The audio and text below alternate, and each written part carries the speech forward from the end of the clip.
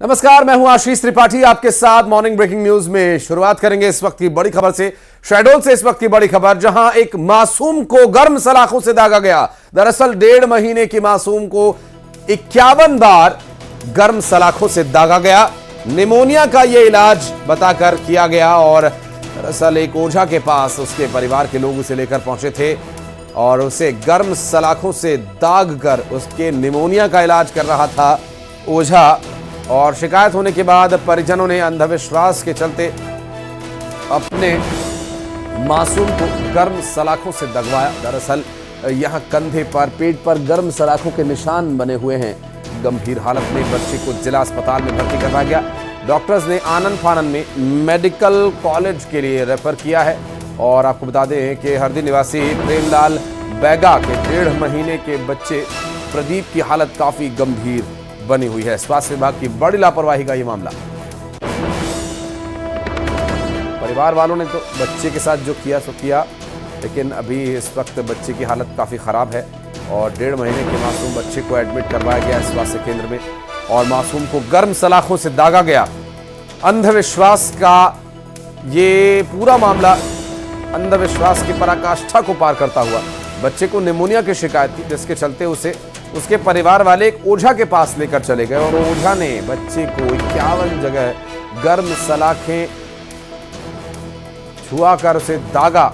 उसके कंधे पर, चेहरे पर, पेट पर गर्म सलाखों से उसे दागा गया। और यह अंधविश्वास का दाग आखिर कब मिटेगा, ये तो कह पाना थोड़ा मुश्किल नजर आ रहा है।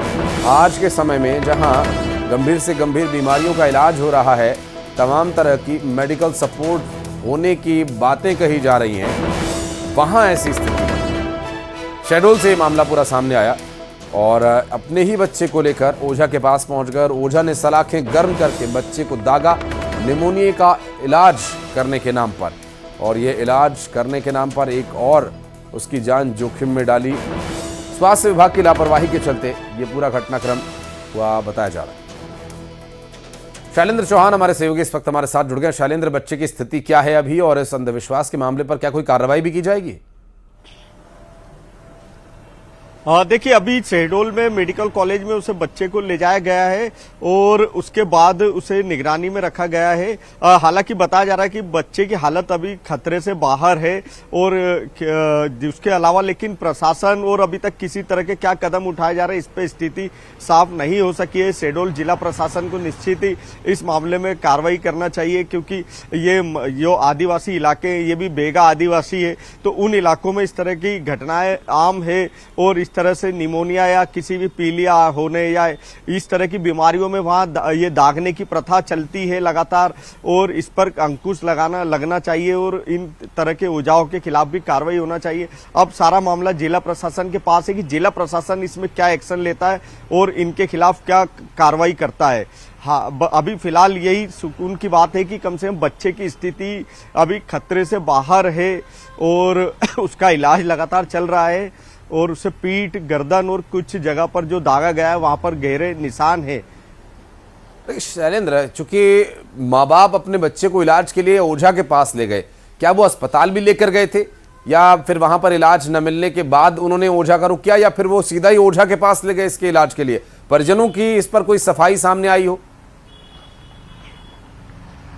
देखिए, अभी तक परिजनों ने कोई बात नहीं की, पर ये बड़ा ही साफ है कि गांव में ये एक परंपरा जैसा है कि किसी भी तरह की घटना अगर होती है या कोई बच्चे को बीमारी होती है तो वो सबसे पहले वहां लोकल नीम हकीम या इस तरह के जो ओझा है उनके पास ले जाते हैं। फिर वहां पर अगर इलाज ठीक नहीं हुआ या गड़बड़ हुई तो इस तरह के मामले सामने आते हैं। अब ये सलाखों वाला मामला इसलिए सामने आया है कि उसे दागने के बाद जब स्थिति बिगड़ी, नाजुक हुई, तो उसे लेकर अस्पताल गए, लेकिन वहां परिजनों से पता चला कि वो पहले सीधे ओझा के पास ही गए थे। बिल्कुल, लेकिन शैलेंद्र, अभी इस वक्त पुलिस क्या कर रही है? क्या उस ओझा का कुछ पता लगाया जा रहा है? क्या कुछ अभी डिटेल इस बारे में पुलिस के द्वारा कोई सफाई दी गई हो कि क्या कार्रवाई की जाएगी? कोई शिकायत इस पर दर्ज हुई हो लिखित में? देखिए, अभी तक ऐसा कुछ भी ना प्रशासन की तरफ से कोई कदम उठाया गया है। अभी मेडिकल कॉलेज में जरूर जो डॉक्टर से उन्होंने बात की है और उन्होंने सूचित किया है कि इस तरह की घटना सामने आई है, तो अभी देखना यही होगा कि प्रशासन क्या करता है। निश्चित ही प्रशासन उदासीन है और उनके लिए एक रोजमर्रा की बात हो सकती है जबकि इस पर कड़ी कार्रवाई होना चाहिए और ओझा की गिरफ्तारी भी होना चाहिए, लेकिन पुलिस और प्रशासन अभी तक इस मामले में अलर्ट नहीं है। आप रहे शैलेंद्र, आपके पास में आऊंगा। हमारे साथ मेघा पवार जी जुड़ गए हैं, बाल अधिकार संरक्षण आयोग हैं से, और मैं चूंकि आपका मुझे डेजिग्नेशन स्पष्ट नहीं है, मेघा जी आप पहले इसके बारे में बताइएगा, आपका डेजिग्नेशन क्या है। और ये जो एक मामला सामने आया, उम्मीद है शायद आपको इसके बारे में पता होगा कि एक बच्चे को अंधविश्वास के चलते उसके निमोनिया का इलाज गर्म सलाखों से दाग कर किया गया। हेलो, हाँ मेघा जी, मेरी आवाज मिल पा रही है? मैं आशीष त्रिपाठी बात कर रहा हूँ न्यूज़ 18 से।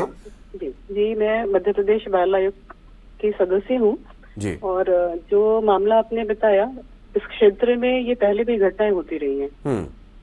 और नवंबर दिसंबर में जैसी जानकारी मिली, जब उस पर बातचीत हुई तो बात ये आई थी कि नवंबर दिसंबर में जब ठंड थोड़ी शुरू होती है और निमोनिया होता है बच्चों को, तो अंधविश्वास के चलते गांव में जो स्पेशली जो बुजुर्ग हैं, उस घर के ही बुजुर्ग होते हैं, दादा दादी नाना नानी, इस तरह के लोग ही अंधविश्वास के चलते बच्चों को दाग के उनको लगता है कि दागने से उनकी तबीयत में सुधार होगा और वो हॉस्पिटल नहीं जाना चाहते। इसके पहले कठौतिया में भी किसी तरह के बच्चे का मामला सामने आया था, जहां उसको 51 बार दागा गया था और दागने से उस बच्चे की मृत्यु हो गई थी। तो वो एक यहाँ पे डिस्ट्रिक्ट लेवल पे मेघा जी एक बात और मैं आपसे जानना चाहूंगा। ठीक है, अंधविश्वास होता है, ये सिर्फ अंधविश्वास का ही कारण हम इसे माने, या फिर जानकारी का अभाव भी मान सकते हैं कि जानकारी का अभाव न होने की वजह से अंधविश्वास यहाँ ज्यादा प्रबलता से खुलकर सामने आता है, और इस तरह की घटनाएं पीछे होती रही हैं, उसके बाद भी इस तरह की पुनरावृत्ति का होना, क्या इसके पीछे प्रशासन की भी कमी मानी जाए, कमजोर कड़ी प्रशासन है, या खुद ही जब बच्चे के माता पिता ही उसकी जान लेने पर आ जाए तो फिर कोई और क्या करेगा? बिल्कुल, अंधविश्वास के साथ साथ इस क्षेत्र में जागरूकता की कमी है। हाँ। इसके पहले जब एक बच्ची का मामला सामने आया तो हम लोगों ने वहाँ विजिट किया टास्क फोर्स के साथ में, जिसमें जिला प्रशासन, प्रशासनिक अधिकारी, सारे ही लोग थे, और वहाँ पे जागरूकता के आयोग इस मामले में क्या करने जा रहा है? आयोग इस मामले में कुछ कार्रवाई करेगा? क्योंकि पुलिस ने तो कोई शिकायत अब तक नहीं लिखी और ओझा का अभी कुछ पता नहीं है। बिल्कुल, उसको संज्ञान में लेकर संबंधित लोगों को उस पर कार्रवाई करने के लिए निर्देशित किया जाएगा। श्री मेघा जी, बहुत शुक्रिया आपका समय देने के लिए, और उम्मीद करते हैं कि इस पर कुछ एक्शन हो और आगे कुछ बच्चों की हम जान बचा सकें। बहुत बहुत शुक्रिया आपका। और शैलेंद्र आप रहिएगा हमारे साथ, कुछ और खबरों पर आगे डिटेल्स आपसे लेंगे।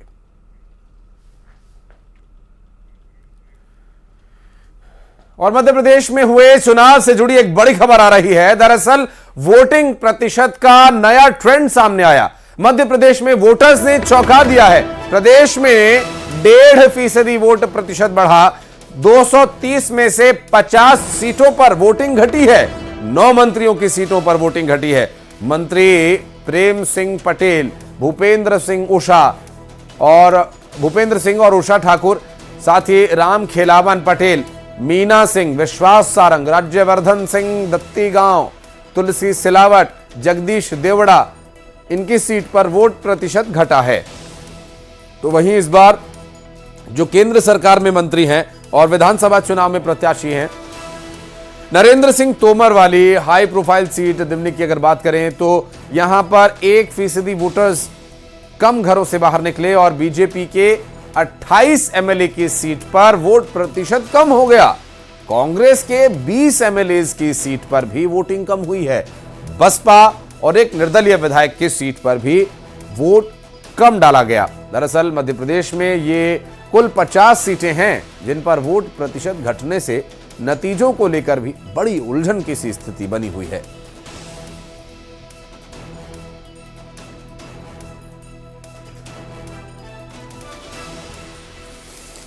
और बात करेंगे हमारे सहयोगी शैलेंद्र चौहान, लगातार हमारे साथ जुड़े हुए हैं। शैलेंद्र, ये जो वोटिंग परसेंटेज इन सीटों पर, पर्टिकुलर सीटों पर, एक निर्धारित सीटों पर कम हुए हैं, कोई कारण इसका सामने आया, कोई पैटर्न सामने आया, क्यों आखिर ऐसा हो रहा है, जबकि ओवरऑल जो वोटिंग परसेंटेज है वो तो ठीक ठाक रहा? आशीष, देखिए बड़ा ही चौंकाने वाला है। मध्य प्रदेश का चुनाव इस बार इतना रोचक हो चुका है कि कोई भी पार्टी दावे के साथ अभी तक नहीं कह पा रही कि हमारी सरकार बनेगी, क्योंकि यहाँ वोट प्रतिशत को लेकर जब पहले दिन जब एकदम से लग रहा था कि एकदम हाइप पे चला गया है, वोट प्रतिशत बहुत बढ़ गया है, महिलाएं लाइनों में लगी है, सुबह से भीड़ है, और इतना तेजी के साथ 12 बजे तक 50% के पार चला गया था। तो ऐसा लग रहा था कि इस साल सारे रिकॉर्ड टूटे पूछेंगे। और वाकई में यही हुआ, 77.15% वोटिंग मध्य प्रदेश में, 66 साल का इतिहास टूट गया। तो वाकई में वोटिंग तो खूब हुई, बम्पर वोटिंग हुई, लेकिन चौंकाने वाली बात यह है कि इसमें भी अलग अलग ट्रेंड है। अगर शहरों की बात करें तो शहरी इलाकों में वोट परसेंट घट गया, इंदौर, भोपाल, जबलपुर, लेकिन गांव की बात करें तो वोट एकदम से 85 से 90% चले। अब हम इन सीटों की बात करें तो ऐसी 50 सीटें जहां वोट प्रतिशत कम हो गया है, जिसमें 9 मंत्री हैं। अब ये कोई भी दावे के साथ नहीं कह सकता कि ये 9 मंत्री या तो उदासीनता है, या लोगों को लग रहा है कि प्रत्याशी ठीक है तो ये जीत रहे हैं, या ये लग रहा है कि लोग निकले ही नहीं, उन्हें बिल्कुल भी प्रत्याशी के प्रति उनको ये लग रहा था कि ठीक है वोट डालना है कर। तो दोनों तरह की स्थिति है। तो अभी कोई भी दावे के साथ नहीं कह सकता। लेकिन अगर हम 2018 की बात करें तो 12 मंत्री चुनाव हार गए थे। तो ये तो निश्चित है कि ये मंत्री, ऐसा नहीं कह सकते हम कि चुनाव हार रहे हैं, लेकिन इन मंत्रियों की सीट फंसी हुई है। या ये कह सकते हैं कि कुछ मंत्री ऐसा है जो बिल्कुल सेफ जोन में, जहां उनकी रणनीति काम कर गई और उनके खिलाफ एंटी इनकम्बेंसी का वोट नहीं निकला, या उनका जो संतुलन था वो अच्छा बैठा। तो बड़ा ही रोचक चुनाव है। और देखना आप, ये निश्चित ही ये वोट परसेंट 50 सीट में एक और ट्रेंड देखिए आप कि 50 सीट में 28 बीजेपी की सीट है जिन पे कम हुआ, तो 20 सीट ऐसी जहां कांग्रेस का कम हुआ, एक बसपा का और एक निर्दलीय विधायक है, उनके अभी वोट कम परसेंट कम हुआ। तो यहाँ ये 28 विधायकों की बात करें तो वोट परसेंट कम होना मतलब यहाँ महिलाएं वोट डालने नहीं निकली, वोट को लेकर यहाँ उत्साह नहीं था। लेकिन अगर वही कांग्रेस की सीटों पे बात करें तो 20 सीट में कांग्रेस के लिए भी मुसीबत है कि वहां पे वोट ये भी हो सकता है कि अलग अलग सीट पर अलग अलग कारण हो सकते हैं। क्योंकि दिमनी में हमने देखा जब वोटिंग हो रही थी उस दौरान 2 बार बवाल हुआ, तो कुछ देर के लिए कुछ बूथ्स पर ऐसा हुआ है। तो वो 1-8% का जो फर्क है, ये दिमनी एक पर्टिकुलर सीट की बात नहीं, आप जिन 50 सीटों का जिक्र कर रहे हैं उन सभी सीटों पर कोई ना कोई कारण, कहीं पर ईवीएम खराब हुआ, कहीं पर हो सकता है ये भी कारण हो। हालांकि इस पर थोड़ा सा अभी और विचार मंथन करने की आवश्यकता है, कुछ एक्सपर्ट से भी बात करनी होगी, और फिर वोट के जब रिजल्ट घोषित होंगे तो कुछ और चीजें हो सकता है स्पष्ट हो। शैलेंद्र, बहुत बहुत शुक्रिया आपका इस पूरे मामले पर जानकारी देने के लिए। और बढ़ते हैं आगे, अब बात करेंगे विशाखापट्टनम से आ रही एक बड़ी खबर की। बंदरगाह पर भीषण आग लगने की वजह से 40 नाव एक साथ जलकर राख हो गई। दमकल ने आग पर काबू पाया। बदमाशों पर आग लगाने का शक जा रहा है, कुछ असामाजिक तत्वों द्वारा ऐसा किया गया हो सकता है, ये जानकारी मिल रही है। देखिए किस तरह से 40 नाव एक साथ आग की लपटों में घिरी नजर आई, पानी में लगा दी आग, नाव जलकर हो गई राख। ये देखिए तस्वीरें, नाव एक साथ जलकर राख हो गई। यहाँ पर लोगों को खड़े हुए आप देख सकते हैं। इशाक मोहम्मद हमारे सहयोगी इस वक्त हमारे साथ मौजूद हैं। इशाक, क्या जानकारी मिल पा रही है, क्या डिटेल है, ये आगजनी कैसे हुई और क्या है अब तक इस पूरे मामले में कार्रवाई को लेकर अपडेट? हाँ आशीष, रात में लगभग 1:30 बजे करीब आग लगी बताई जा रहा है। पुलिस की तरफ से जो है ना डाउट है कि कोई आग लगाई हुई है बोल के, मगर अब तक पूरी तरह से या फायर डिपार्टमेंट या पुलिस डिपार्टमेंट से टिप्पणी नहीं की गई है। लेकिन बताया जा रहा है कि पूरे 40 के ऊपर यानी 40 या 50 के बीच में जो है ना नाव जो है ना मछुआरे के जो मछली पकड़ने के लिए यूज करते हैं, पूरी तरह से जल के राख हो गए हैं। हाँ। बताया जाता है कि आग फैलने की वजह ज्यादा जो है ना, जो नाव में जो है ना डीजल रहता है मोटर के लिए वो भी था, तो इसलिए जो है ना एकदम से आग जो है ना 2 घंटे में पूरी आग जो है ना फैल गई और जल के राख हो गई। और लगभग 3:30-4 बजे के करीब जो है ना पूरी तरह से दमकल के विभाग जो है ना काबू पा लिया। लेकिन सुबह तक पूरा जो मलबा जो अभी जो है ना पूरा वहाँ पे हटाया जा रहा है, और किसी की डेथ की खबर या घायल होने की खबर तो अभी तक नहीं है। क्योंकि कल रविवार था, इसलिए जो है ना मछुआरे पूरे जो है ना बंदरगाह पे वो पूरी तरह से बांध कर लंगर डाल के जो है घर को चल गए थे, इसलिए जो है ना आ सके। मगर बताया जाता है कि ज्यादातर लॉस जो है ना मछुआरों को गया है।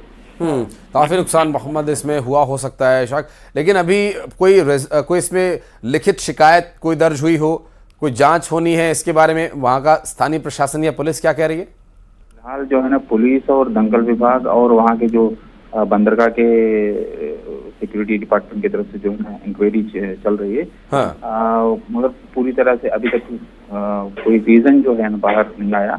मगर आग किस वजह से हुई ये बताना, थोड़ी सैंपल जो है ना वो फायर डिपार्टमेंट की तरफ से कलेक्ट की गई है, वो शाम तक पूरी फोरेंसिक रिपोर्ट आएगी, तो उसके बाद जो है ना पूरी तरह से रीजन जो है ना पता चलेगा। अच्छा, चलिए, बहुत शुक्रिया आपका इस जानकारी के लिए इशाक। और इस बीच भोपाल से एक बड़ी खबर, संगम टॉकीज के पास गुमठी में आग लगने का मामला सामने आया। दमकल ने मौके पर पहुंचकर आग पर काबू पाया। हादसा बहुत बड़ा हो सकता था लेकिन टल गया। पास ही में पटाखों की एक दुकान थी और पटाखे की दुकान तक आग पहुंच सकती थी, लेकिन वहां पर आग लगने के बाद जो स्थिति बनी, उस स्थिति को देखते हुए कहा जा सकता है कि आग नहीं फैली। ये एक बहुत बड़ी राहत की बात है। और एक राहत की बात यह भी कि इसमें कोई जनहानि नहीं हुई। मौके पर पहुंची दमकल की टीम ने आग पर काबू पाया।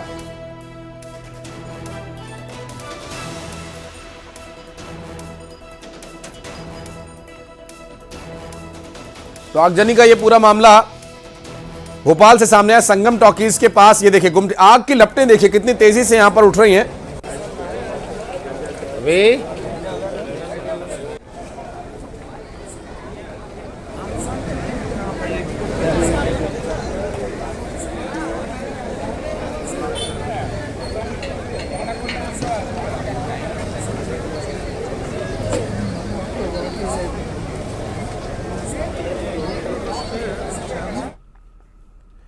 और बढ़ते आगे, महासमुंद से अगली बड़ी खबर आपको बता दें। सड़क हादसे में 2 लोगों की मौत का मामला सामने आया। सरायपाली में एक तेज रफ्तार का कहर देखने को मिला, जहां 2 की दर्दनाक मौत हो गई। और ये तेज रफ्तार बोलेरो गाड़ी ने बाइक सवारों को कुचल डाला। घटनास्थल पर ही दोनों बाइक सवार युवकों की मौत हो गई। सरायपाली इवास इंग्लिश मीडियम स्कूल के पास ये दुर्घटना हुई। और यहां सरायपाली थाना क्षेत्र की इस दुर्घटना को लेकर जो तस्वीरें सामने आई, हम आपको ये तस्वीरें साफ साफ नहीं दिखा सकते, विचलित कर देने वाली तस्वीरें हैं। महासमुंद से ये दुर्घटना की दुखद खबर आई, जहां 2 बाइक सवार युवकों की टक्कर लगने के बाद दुर्घटना में मौत हो गई। और जगदलपुर से बड़ी खबर आपको बता दें, 2 शिक्षकों के पद से उन्हें हटाए जाने का मामला। दरअसल शिक्षा विभाग ने यह बड़ी कार्रवाई की। फर्जी तरीके से नौकरी कर रहे थे, फर्जी प्रमाण पत्र पर बहाली हुई थी और कई और शिक्षक भी अब रडार पर हैं।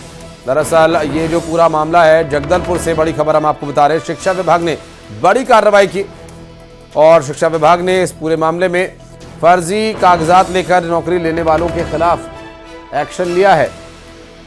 जगदलपुर से बड़ी खबर, फर्जी तरीके से ये नौकरी कर रहे थे और अब शिक्षा विभाग ने इस पूरे मामले में फर्जी जाति प्रमाण पत्र और अन्य जो फर्जी दस्तावेज इनकी तरफ से दिए गए थे, उन्हें कब्जे में लेकर अब कार्रवाई शुरू की है। और कई और ऐसे शिक्षकों के यहां काम करते होने की आशंका जताई जा रही है, जिस पर अब एक्शन लिया जा सकता है।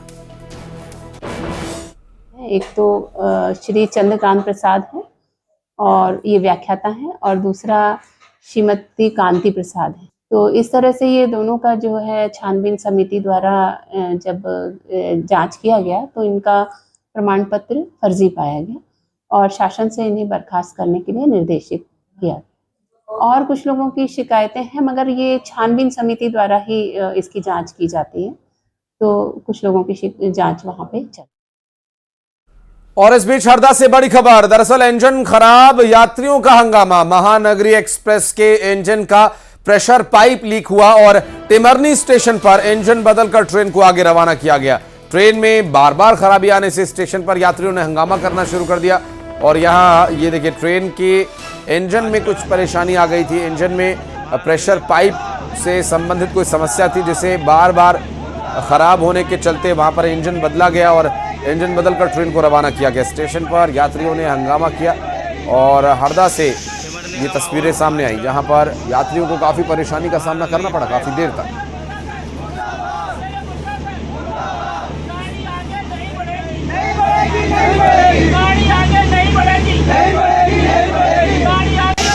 सिमटने का माहौल आज का।